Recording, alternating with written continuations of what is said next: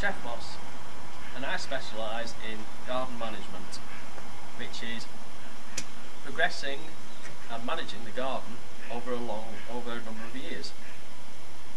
Today I would like to show how to move small shrubs and conifers.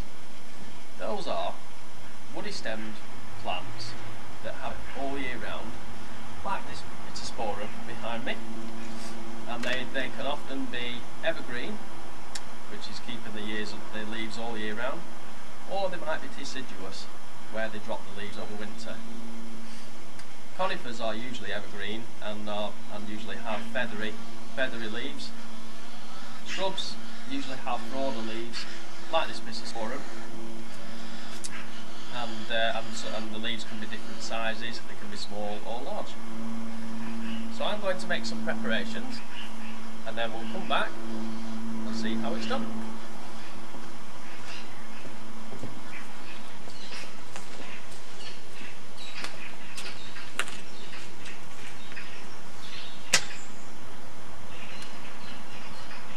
Now then, there's a few things to bear in mind before you start moving a shrub or a conifer about. First thing to think about is the time of year. Shrubs are best moved in autumn or spring, and conifers are best moved only in the autumn. This is because conifers have a canopy that sheds water off them, and the water doesn't very easily get to the root system. So they have very fibrous roots, so they can find water more easily. Now shrubs have a canopy where the water can fall through down to the roots.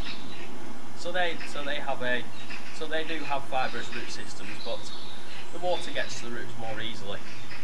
Whenever you move shrubs and conifers, you do have to cut some roots and leave some behind. You will get a good root ball with them, but some roots have to be left behind. So it takes time for the shrub or conifer to establish in their new position, and they obviously need watering to help them get established, and to help the roots start to grow again. So autumn and springtime are the best times to move shrubs, and autumn is the best time to move conifers because the air temperatures are lower and there's more rain and moisture in the air. Now shrubs can take up moisture more quickly than conifers due to the different canopy. So you can get away with moving shrubs in spring, but not too late in spring because the air temperatures are getting a bit too warm then. Second thing to think about is where you're going to put your shrub or conifer, because again, for the same reasons, shrubs and conifers need moving straight away. They're a bit too big to be able to peel in or temporarily plant, and they take time to establish more quickly. And of course, they have a permanent structure that they need to keep going. So it's more difficult for them than things like herbaceous perennials, which die down in winter time and are only just regrowing in spring. Shrubs and conifers have a lot more to keep going, so it's better to move them in times when the air temperatures are lower and there's more moisture in the air, which helps them along in getting established again. The third thing to think about is only move shrubs or conifers that you can move on your own. You can move about the size. This is probably about as big as it gets, really, this Pittosporum. It's something that I can move on my own, because a larger shrub needs more people to move it, so you might need a helping hand, and particularly big shrubs and conifers need a different expertise to be able to move them. So you're better off just staying with smaller shrubs and conifers. So the first thing to do is find the edge of the root ball, and then start digging down with a spade. To find the edge of the root ball, just find the edge of the canopy of the plant. Dig round the edge with a spade and gently lift as you go. Now this will need to be done all the way around the shrub or conifer, and will take a bit of time to do. as you get deeper under the root ball, the shrub or conifer will begin to lift, and this might take a bit of time. So come back in a bit and see how we're getting on.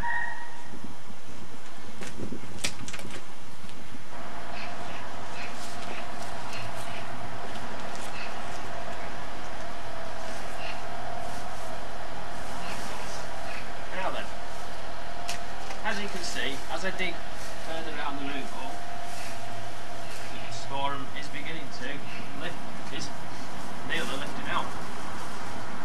So all we need to do is just lift it back, because it might be caught with a few roots on the other side, and just make sure that we get all the way around the root ball, and then a little tug, and we should come out with a nice full root ball. Now, as we mentioned earlier, we need to know where we're going to move the plant to. Now I'm actually going to move this bit of sporum just back a bit into the position where the Japanese maple is. So I've already prepared the Japanese maple to move that out, which is what I'm going to do now.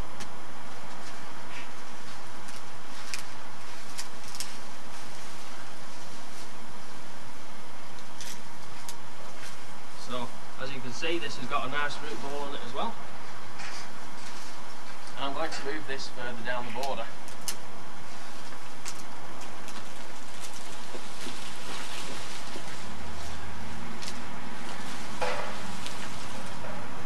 Now that I know the new position for the bit of sporum, I can dig a hole ready for it so that I can put it in straight away. So I need to dig a hole that is big enough, plenty big enough for the root ball, a bit bigger than the root ball, and about as deep, so that the soil level is the same as it was before around the plant. And then we're ready to put the shrub in. So I'm going to dig the hole in the new position.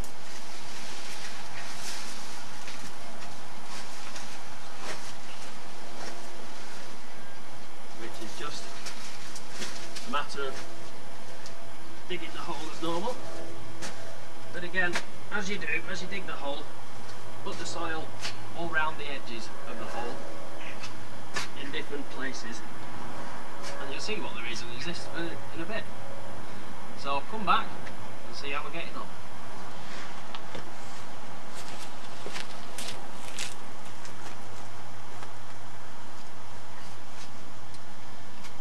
Now that we've finished digging the hole, we can start moving the plant into its new position. So, like we said earlier, only move plants that you can lift yourself. This is easily liftable for me, and then I can move it more easily into the hole. Now also, when you finish digging out the plant, remember to make sure that you cut all the roots around the root ball with a spade. Try not to pull at the root ball, because you might end up pulling too many roots off the root ball.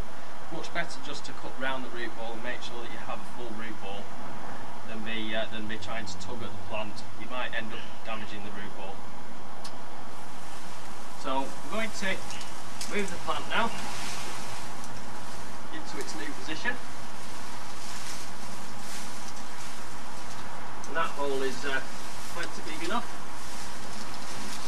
for the root ball.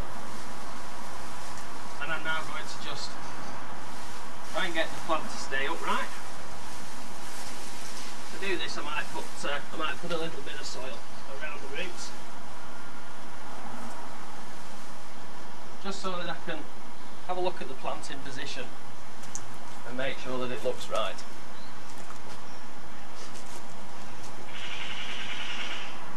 So this just wants turning slightly to make sure that it's in a good position. It's in proportion with where it should be, and it's not overcrowding anything nearby. So these crocosmia that it is actually crowding will be moved later. So the next thing to do is to start hold the plant in place and then start putting soil around the root ball.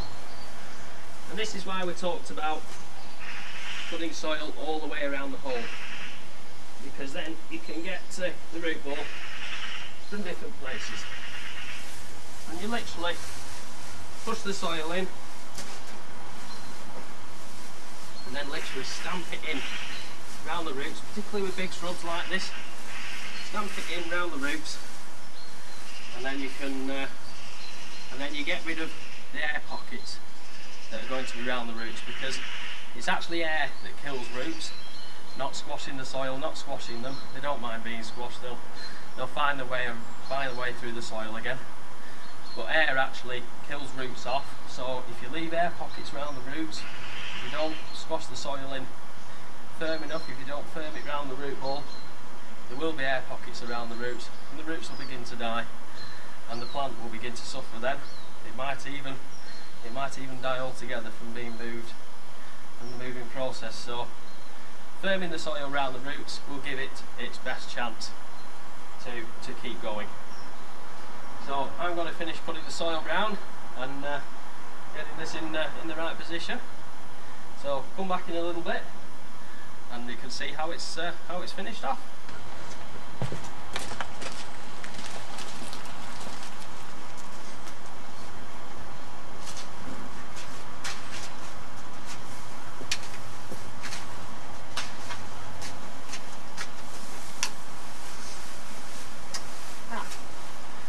Now, I'm just finishing firming the soil around the roots. I'm just scraping more soil around the root ball so that it's the right height. It's the same height as the stem was before.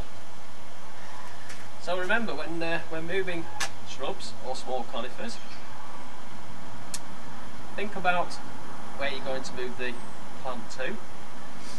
Make sure it's the right time of year. Make sure it's a plant that you can move on your own. If it's a bit too big for you, make sure you've got some help. But don't try and move shrubs or conifers that are too big, because they take a bit of different expertise. Then dig all the way around the root ball, just lifting the plant as you go, just lifting slightly as you go. Eventually the root ball will begin to show, and the plant will begin to move. Then make sure you cut all the roots in a nice root ball, lift the plant from the hole, dig your new hole in the new position and make sure it's big enough for the root ball. Make sure it's wide enough and about as deep. Then firm the soil around the roots, make sure the shrub looks right in its position and is upright and is in a good position for that shrub as well. Then carry on firming the soil around the roots. Use your foot on shrubs, particularly on shrubs, because it needs that much pressure to get rid of those air pockets. Make sure the soil level is the right height and you should be all fine. Now remember, some shrubs don't have the right root ball to move, particularly things like buddleia and roses. They have very difficult root balls to move, so be particularly careful about whether you're going to move them. Try and avoid moving them because the roots are very long and don't have much little roots on them, so they're very difficult to get established again. Much better to leave them where they are, or even just get buy a smaller plant in and replace that way. And always check out where what the shrub is that you're going to move. Because some shrubs have particularly good root systems, like azaleas and rhododendrons, and the Japanese maple that I moved earlier, and other shrubs don't. So just be aware of the different types of root ball. Now the last thing to do is water in. Now make sure if you can get a hose pipe, then all the better. If it's just a watering can, then that's fine too. But make sure that you puddle the water all the way around the root ball. Make sure there's plenty of water, and make sure it looks like it's flooding really, because you need that much water to soak in round the roots. And then make sure you do that every 2 or 3 days for the first 2 to 3 weeks, unless of course it rains unless of course it rains a lot, in which case you might do it a little bit less, but it still needs doing because the rain might not penetrate the ground quite enough. So, for information on more gardening techniques, please search me and my name, Geoff Moss, or my company Garden Visions on YouTube, or contact me through my website www.garden-visions.co.uk. And thank you for watching.